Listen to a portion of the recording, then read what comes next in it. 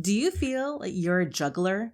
You are juggling wife, mom, managing the home, therapies for your kids, training the kids, trying to figure out communication with your spouse. It is a lot that you and I both juggle. And I would love to chat with you on how we can give time to our roles, but also make sure we invest in ourselves so that we're able to be present. Hey friend, do the daily demands of family life leave you exhausted with no time for yourself? Ready to make self-care and healthy boundaries a natural part of your day, all while embracing your roles as a wife and mom? Well, I'm so glad you're here. I'm Christina, married 16 years to a neurodiverse man, mom of 3 neurodiverse kids, and many more roles. Welcome to the Moms in Neurodiverse Families podcast. Get ready to begin your self-care journey. Grab your Santé latte and listen in as we take a small step towards a healthier you. Some of you may be aware, my background professionally is in natural disasters, emergency management, disaster response, and it has been quite interesting how I have applied those experiences in the field to daily life. One of the things that I would say as a mom is that it works for hazmat, it can work for kids. We have to contain a hazmat scene when there's nasty stuff that's been spilled. We have to contain it, stop it from spreading. And that's something that can happen when kids have super dirty diapers, when they've made some big spills and it seems toxic to us because there's honey or syrup or stuff everywhere. And even though I may laugh at it, there is a lot of managing emergencies that happen when you are in a neurodiverse family without even realizing it. And it happens slowly, very slowly. It may start with your marriage, that you realize that the communication and processes are not going the same as it is for your friends. And then the kids and their challenges are added on. And your roles and my roles are so important. In fact, one thing I know is that you are a very smart woman. And because how else can you manage and balance so many different things? The ability to be present with our children. And yes, we make mistakes and we get frustrated and upset, but the intent in wanting to be there with them, trying to read and learn on how we can help our spouses with things that are frustrating, overwhelming for them, figuring out the communication challenges. That takes a person dedicated and very smart in continuing day after day, helping their family. I'm wrapping up our planning series, how the system I've created every week and every month, there is one small thing that we are working on. You can listen to the previous episodes where I chat about faith, our mind, our health, community, and what we enjoy. Those are all part of our life care, our life needs, self-care. The other part, which I am sure you are a rock star in spending your time on, is in your roles, your life roles. That is, if you didn't do that action, that role, there would be an impact as a wife, as a mom, managing your home, volunteering a job. There is a role that you carry out. And because of you carrying out that role, people's lives are impacted. That's how I oftentimes explain it, where life needs, that taking care of yourself helps you carry out those life roles. With this planning method that I have, every week, we're writing down one small thing for ourselves to meet our life needs. And when it comes to our life roles, that seems to come often pretty easy. We see and spend a majority of our time in our life roles, which is understandable, but sometimes it can be way too much, especially when you are the one who is spending the time reading the blogs or reading the books, listening to podcasts, trying to figure out the challenges that your family has. That is a lot on your shoulder. And really, the time that it takes to process and to apply it. And maybe along the way, your spouse comes on board and he is seeing like, yeah, I'm seeing the problems now. Before I didn't. But now that you bring it up, I'm aware of it. I'm seeing that, yes, I'm having problems here at work, or I'm having problems being the dad I want to be, the husband I want to be. And I'm seeing these other men. And that's great if he has that awareness. What do you do with planning on a weekly basis for your life roles? Again, my mantra is we need to keep it so simple. And our perspective needs to be every week, we just want to move just a few millimeters, a few centimeters, just a little bit. We're moving in each area of our life because there's just so much that's going on. One of the life roles we have listed is relate. And that term relate refers to being a wife, because that is the most important relationship that you have. Or maybe that most important relationship that you have is with a boyfriend, fiance, or it is your best friend. That is a relationship that you are investing in on an ongoing basis. Whatever that most important relationship is, every week you will look at the term relate and write down in there what's one thing that you would do to invest into that relationship. So when it comes to being a wife, it may be what you're praying about for your husband, or it may be how you communicate. You may have learned a new communication method. And your goal is that, one, you need to, in a calm moment, explain to your spouse, listen, I've learned about this technique. I want to try it out. So that might be 1 week, just explaining, finding the time within that 1 week, which sounds easy, but you and I both know finding a moment where our spouse is able to be present, receive that, understand it, and there's not a meltdown happening with the kids. All those different things being in alignment can be tricky. But when that happens and they're receptive of it, the next week would be you implementing it, you beginning that process. And you may have to have a Post-it note on the counter someplace reminding you that when our conversations begin getting heated, this is my action step. This is what I'm going to do. So we de-escalate it. And the following week, you're going to do the same thing again. And you're going to work on that for a couple of weeks. That's just one little action that you're taking regarding your relationship with your husband as a wife. And it may not seem like a lot, but it will add up if you can work on that one type of communication skill. And the next role we have is family. And that for many of us is going to be mom. But if you are in a neurodiverse marriage, but you don't have children yet, family can mean your family of origin. That can mean your parents. Maybe you're a caretaker for your parents who are older. Family can also mean both your kids and your parents. So that's written specifically for you to every week look at and think, okay, who I consider family, that role that I carry out, that role that if I didn't do, there would be an impact. What should I be doing and carrying out that week? When it comes to children, there is so much time that is spent on reading, learning, trying to understand, doing therapy appointments, observing the practitioners as they work with the kids, trying to understand what we should and should not apply with them at home, figuring out that's great that they taught this method. For example, there were ways that we saw in different therapies of how to handle conflict.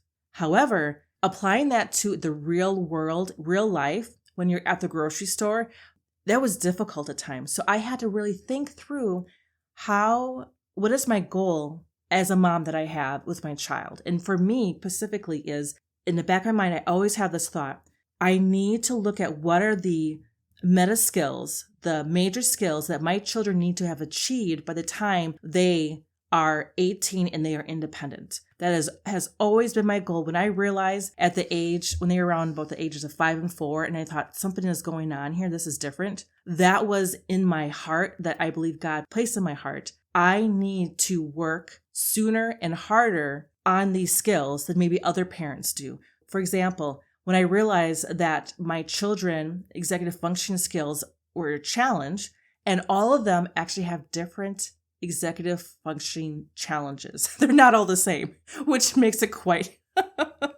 interesting. One is great at task initiation, but their ability to understand big picture, to understand people's perspectives is incredibly diminished. Another one, they can see the big picture. They can be very in tune with people's emotions, but task initiation is their Achilles heel. Seeing that and understanding that and working with them. So for example, my children at a young age began doing their own laundry. And was it difficult? And did it take me a long time to get them there? Yes, it did. And we're still working on it because by the time they are 18, they need to be able to do their laundry, shop for food, feed themselves, keep their house clean. All these different tasks, they're layered upon and layered upon. And understanding that my children will need a longer amount of a runway time to work on it means I look at things differently. So that role as a mom, every week I'm looking at it and I'm thinking, what is one area where I'm seeing, man, this is a skill that is really not occurring. I'm not seeing the skill. And for that month, that might be my focus with them. But also, I oftentimes look at my quality time with them. If I'm in a season where I am super busy with more business work items, then my focus for that month is going to be as a mom on what type of quality time am I going to have for the kids. And when I was really ill, when I had such difficult chronic fatigue and pain, I would write on there that every week, just once a week, my goal was we were going to go to the grocery store, pick up some popsicles or ice cream cones, and we were going to go to the park. I might be sitting down on the bench, but my goal was to go out with my kids, take them someplace outside of the house, that they have this fun treat, and that they have a chance to just go bonkers and have fun and explore as kids could and should do, even though I had all those limitations. And then as time went along, I increased those activities as my health improved. So you can see we're having every week just doing a check-in, like, okay, are we in a time right now where I should be focusing more on their skills, what they need to, their executive functioning skills? Or is this, you know what, I really need to focus on this quality time? And sometimes I would put both down. But the point is that we're intentionally thinking of it. We're not being reactive, we're being proactive. Another life role that's listed in the planner system is home. Home is a humongous category. It includes both managing the home and it includes the finances so that we are able to live in the home and carry out the functions of the home. And I personally believe that managing a home is very entrepreneurial. It's not just I'm only a homemaker. It is a very incredible role, and it is operating a business. There is revenue coming in, and there are costs that are going out. And managing the home and the budget is an important role. And if it is done well, then it really blesses our family. And when we are not able to do it because of illness, because of other reasons, there is an impact to that. I do see home in one, taking care of it, keeping it clean, and also the finances. What I would write down on my weekly planner sheet would be for under home might be, I am hosting Christmas this year. And I knew that I needed at least a minimum of a month to prep for that, to begin removing items that have just not been put away. And so when I was really ill, I would write down for 1 week, kitchen counter. And that would be my goal for that week for the home, is that I would do the normal maintenance. And the only thing I would add on was I would work on getting the kitchen counter cleaned and things put away so that we had space when it came to Christmas time. And then if I had the next week, I would look at, okay, we need to make sure the bedrooms are ready. So I would put down on 1 week, making sure the kids had done vacuuming and basic cleaning on their bedrooms. I added that one extra thing on each week and planning ahead of what I needed to do so that I wasn't stressed and overwhelmed when it came to the actual Christmas event. I still was a bit because obviously things don't always go as we planned, but because I did plan ahead, I had 70% of what I needed to get done happened ahead of time. And that 30%, which I planned for and then unforeseen events came up, that I was able to work with. And also my family came early and they helped me out with it, which is such a blessing. My point being is we need to make a note of every week what's one thing we want to do, and also to keep us in balance, because sometimes we want to spend a ton of time invested in certain areas. So when we write down one little thing in each area of our life roles, it helps us from over investing our time which means we don't have time to take care of our life needs, our self-care. Finally, the last category is work. And with work, I see this in a very broad perspective. It could be that you have a part-time, full-time job. Maybe you're a business owner, or you're trying to develop a business, or you're a volunteer, or maybe it's special projects. There are times in our life when we are working on something. It could be home focus, it could be financial focus. I'm sure you're aware of those projects in your life that seem to take a life of their own. You need to spend more time with that item. If you're in a situation that you quit your job when you first got married or began having kids, and now you realize there's a financial concern, or maybe you realize it's a safety concern for you and your relationship with your spouse, and you need to begin getting back in the workforce again. Work also applies for you.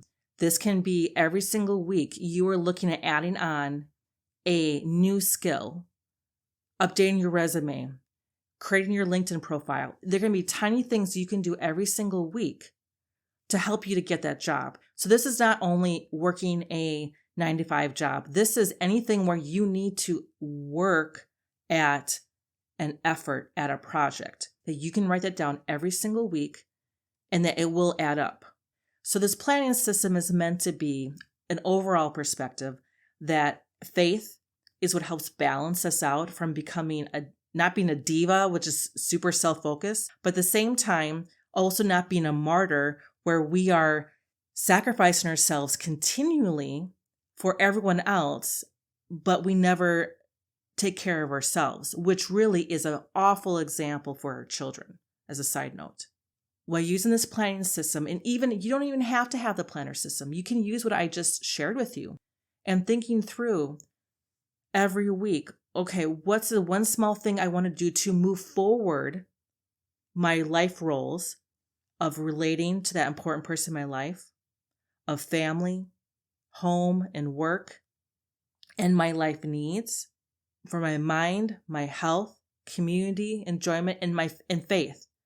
By having just a few minutes every week focused on each one of these areas, there is such a blessing that comes back to us. You can't grow a garden if you don't water it and weed it. And I hope this gives you a picture of how we can do our life roles, but also limit how much time we do in those areas, because we can really super focus in that area. Here's our closing question. What would life be like for you if you could begin a few moments every day being proactive versus reactive to the challenges that you're facing? What if you looked at the week and said, in these areas, I'm going to do one small thing that is going to move everything forward just by a little bit. I'm going to organize one drawer so I'm able to find the things that I need. I'm going to create a LinkedIn profile. In the following week, I am going to begin entering in information in my LinkedIn profile. What would it mean if you were proactive and every week you worked on one little thing in each of these areas? When it came to your kids, if you found one thing every week that you were doing just for fun, that everyone would enjoy, and it's a good time, what would that do for you in a relationship and with your spouse? What would it do if you found the technique, or maybe it's the courage, to begin speaking about certain communication strategies or coping skills? What would that mean for your relationship? It will add up. I know it may not feel like that right now, but it will add up. And you're doing hard things every single day. And I hope that this little pep talk encourages you to do one more hard thing.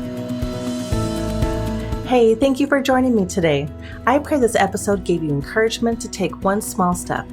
If so, please leave a 5-star review on Apple Podcasts to help other women find this show. By the way, if you're loving this conversation and want more encouragement like this, join my email list at bit.ly/myselfcare. That is bit.ly/myselfcare. I have a planner launching soon that will help you put all this into action in your own life. I look forward to chatting with you again next week for another episode.